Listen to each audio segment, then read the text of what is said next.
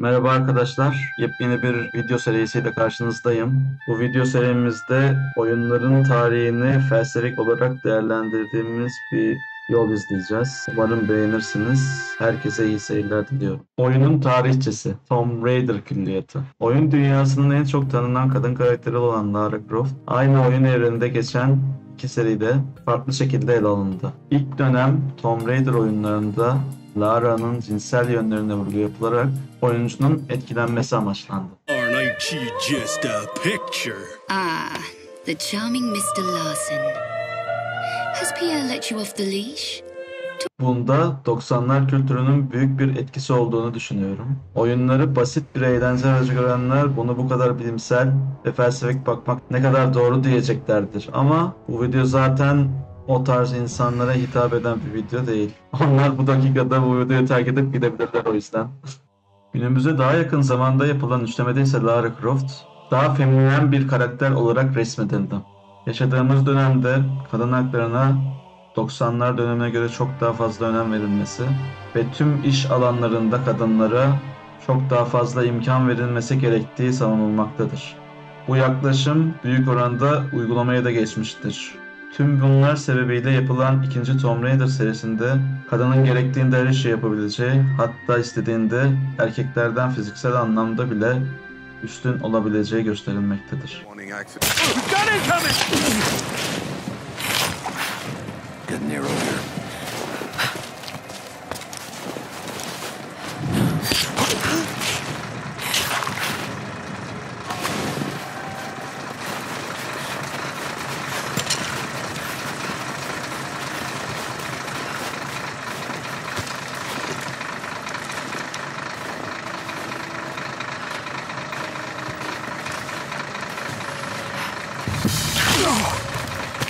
Kadın figürünün cinsel olarak ön planda tutulduğu Tomb Raider oyunları ilk çıkan 5 oyun ve bu 5 oyun sonrası çıkan ara oyunlar oldu. Ara oyunlar çok fazla ilgi görmedi açıkçası. Döneminde çok bilinen bir oyundu. Türkiye'de de çok bilinen bir oyundu Tomb Raider.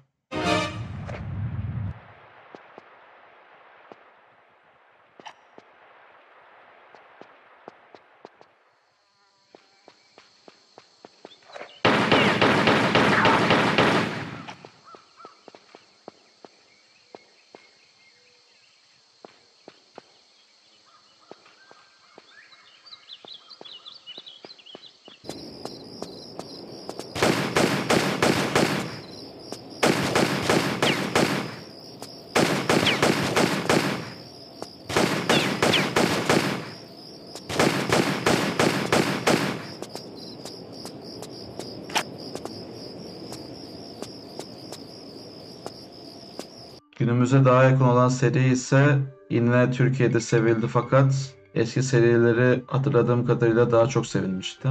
Bunda oyun dünyasının daha çok erkeklerden oluşması bence etkili oldu. Hani oynayan kesim daha çok erkekler. Tabii mobil oyunlarla bu kırıldı biraz ama burada bir genelleme yapmıyorum.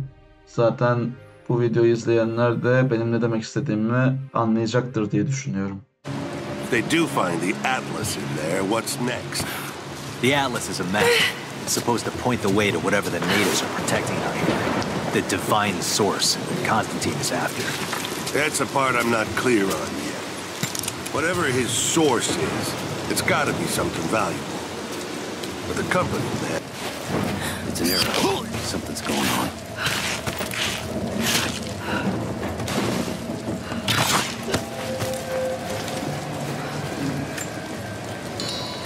What happened back there? Bridge collapsed.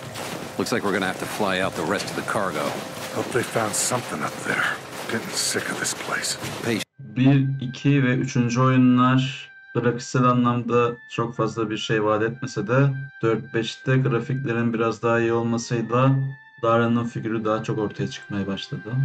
Böylece insanların daha çok ilgisini çekti. O dönemde hatırladığım kadarıyla biz de çok severek oynamıştık. Ben tamamen oyunun üzerine yoğunlaşmıştım ama tabii çocuklukla çok fazla cinsel bir yönelim olmadığı için o açıdan bakmıyordum.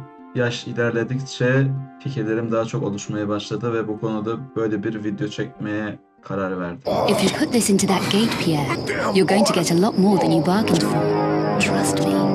I'll put it in then. That would be one of the stupidest moves you've made. And that's saying something. I think you'll appreciate.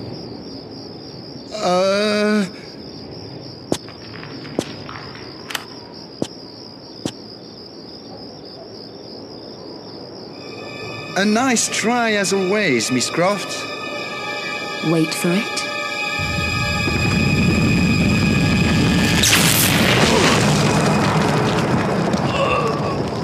Don't say I didn't warn you. 90'lar ve 2000'ler döneminin arasındaki bakış açısı değişimini aynı oyun markasının farklı iki serisinde çok net görmekteyiz. Sosyoekonomik durumların tamamen manuelden dijitale döndüğü çağımızda postmodernizmin tavan yaptığını görmekteyiz. Bu da kadının doğada kas gücü anlamda kısıtlı olsa da artık avcı toplayıcı olmadığımız için daha analitik düşünen kadınların günümüzde güç sahibi konuma gelebildiği görülmektedir. Birey olarak kadın ve erkek elbette ki eşittir. Fakat bilimsel olarak bakıldığında fiziksel güç bakımından erkeğin önde olduğu yadsınamaz. Günümüz koşullarında artık kas gücü para etmemekte. Milyar dolarlık şirket sahibi CEO'lar en büyük gücü ortaya koydukları düşünceyle elde etmişlerdir. Yaptıkları sadece hiç düşünülmemiş fikirleri hayata geçirmeleridir.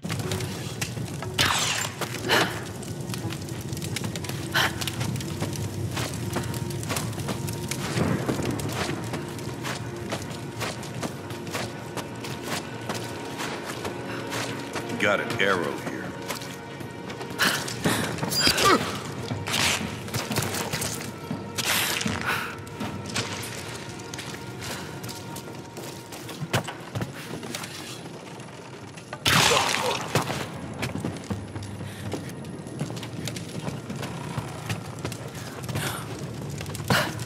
Tüm bunlara rağmen günümüzde henüz kadının egemen olduğu bir toplum anlayışı maalesef bulunmuyor. Oysa cinsiyet olarak kimsenin üstün olmadığı bir toplum anlayışı dünyamıza çoktan oturmalıydı. Bu olmadığı için dünyada savaşlar ve güç mücadelesi maalesef sona ermiyor. Kabul edelim ki özellikle bizim toplumumuzda erkekler istedikleri şeyi elde edemedikleri takdirde şiddete gözünü kırpmadan başvurabiliyorlar. Umarım bir gün gereken yasal zemin sağlanarak kadına şiddet gösteren, kişisel gelişimini tamamlamamış, nefes alması topluma zarar veren erkek bireyler hak ettiği cezaları görürler. Son zamanlarda artan kadına şiddet olayları da bir an önce son bulur. Toplumumuzun gerçekten kanayan yarası bu.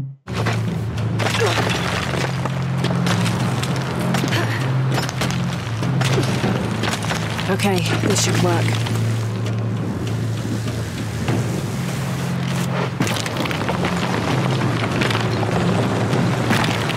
Right. This is Commander Rourke.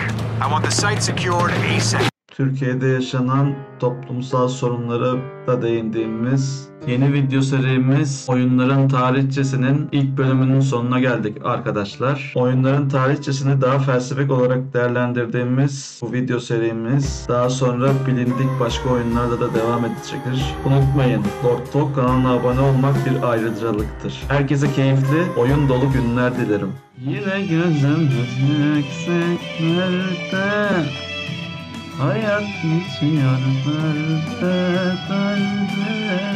Doydum artık bana sade bir yer bulalım. Dünyada da